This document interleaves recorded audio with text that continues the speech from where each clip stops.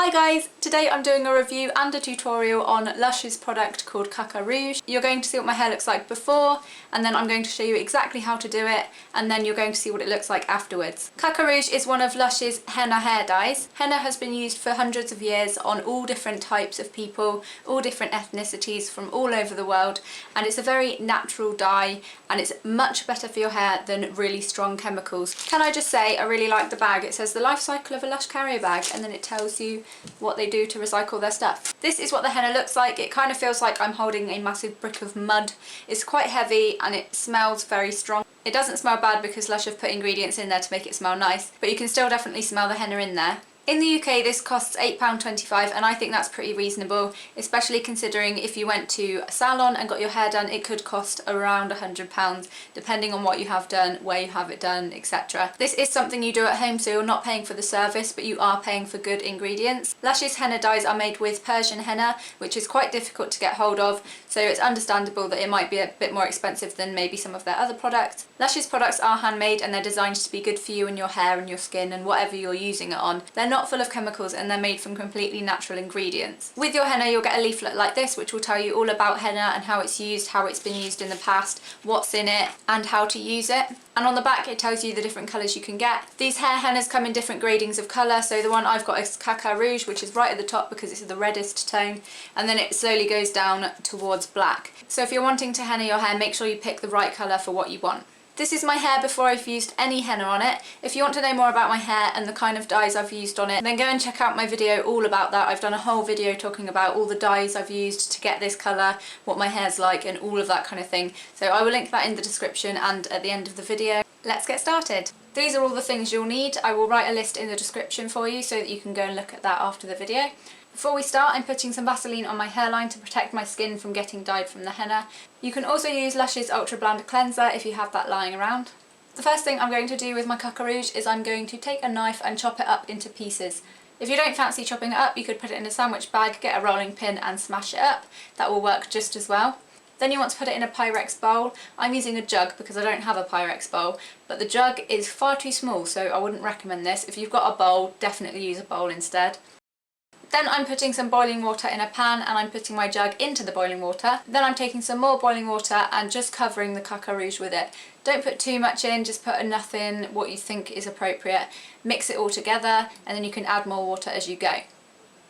The water is going to melt the Caca Rouge and turn it into a liquid and a paste that you can then put on your hair. Just keep stirring it and adding water as you go until it's got a nice consistency that you're happy to work with. Before you start putting this on your hair, make sure you're doing it in a place that it doesn't matter if it gets on the floor. The stuff gets everywhere and it's very messy, so do not do it on carpet. No matter what surface you're doing it on, I'd recommend putting down some newspaper or a sheet to protect it. To prep the hair, I'm brushing it all through and then I'm separating it into sections, first off starting with the bottom section. Then my lovely mum is taking a hair dye brush and just pasting that onto my hair. Caca Rouge isn't very movable. It's not like you can put it on and then smear it around. You sort of want to put it where you want it to go because it doesn't move very easily. It's quite difficult to get it to the roots, so the smaller your sections are, the easier it will be to get to your roots. As you go, keep taking down sections and putting Caca Rouge on your hair, and when you've done all of that, you want to take all of your hair, twist it up and put it on top of your head. Then take some cling film and wrap it around your hair like we are. This is going to lock in any moisture and it's also going to lock in the heat. The hotter the henna is, the more intense the colour will be, so you want to lock in the heat as much as you can. Then over the top of that, to keep in the heat, I'm adding a towel as well.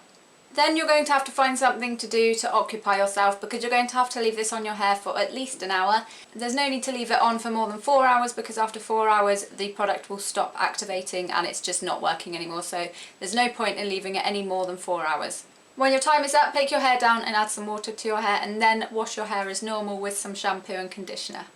And this is the end result. As you can see, it's a lot more orange and it's a lot brighter. The colour is very vivid. The colour will be different depending on what light you're in. At the moment I've got 2 studio lights up, so I've got a lot of light hitting my hair. In normal indoor light it's not as vivid, but you can still see that it's orangey. And when it's outside it looks really, really bright because the sun is reflecting off it and the sun is the brightest light source in the entire place of the planet and the world and everything. The colour has taken really well from my roots all the way down to the ends. I've got some brighter bits at the front because I've got natural blonde highlights here, so naturally the lighter hair is going to pick up the colour more. But overall, I'm pretty happy with the colour. This colour is really similar to the kind of colour I get when I use a box dye. If you want to know more about the box dyes I use and the semi-permanent dyes, then check out my hair video. I will link that in the description below. I'm going to come back after a week or two and tell you how my hair has faded and give you a bit of an update, and then I'll talk more about the process and what I think of the product overall. Welcome to the future. This is a month later and I haven't dyed my hair since. The only thing I've done is I've been using my semi-permanent dyes from Superdrug, which just coat the colour and brighten it up a little bit. But I didn't do that the last time I washed my hair,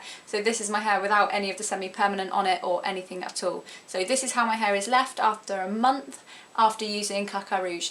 And I am incredibly impressed. Kaka Rouge has left my hair in a lovely colour and it's faded really nicely. It's making me want to use Kaka Rouge again, but the only thing I would say is I'm reluctant because it was such a messy thing. It just got everywhere, it crumbled everywhere, it wasn't easy to get out of my hair, and it was just strenuous. And if you're happy to do that, then go for it. It's an amazing product and I think it's really, really good. And I probably will use it again in the future. But in terms of a quick and easy application, it really isn't, and it gets everywhere. So if you're thinking about dyeing your hair with Kaka Rouge, just weigh it up against the other options you have. Kaka Rouge is better for your hair than chemical hair dyes, and it leaves a really, really nice colour and it fades out beautifully. But it's really messy, it gets everywhere, and you have to leave it on your hair for a couple of hours to set. On the other hand, chemical dyes are bad for your hair, they damage your hair. I would argue that the colour fades out a lot quicker than Kaka Rouge does. However, it's much easier and much quicker to use. It goes on so easy, you can just get it through your hair and then leave it on for 40 minutes, however long the box says. It's not really a whole big mess and preparation that you've got to go through to get your hair a colour. So there are pros and cons to both, but I would say Kaka Rouge is a brilliant product, and if you haven't tried it out, definitely try it out because it is very good.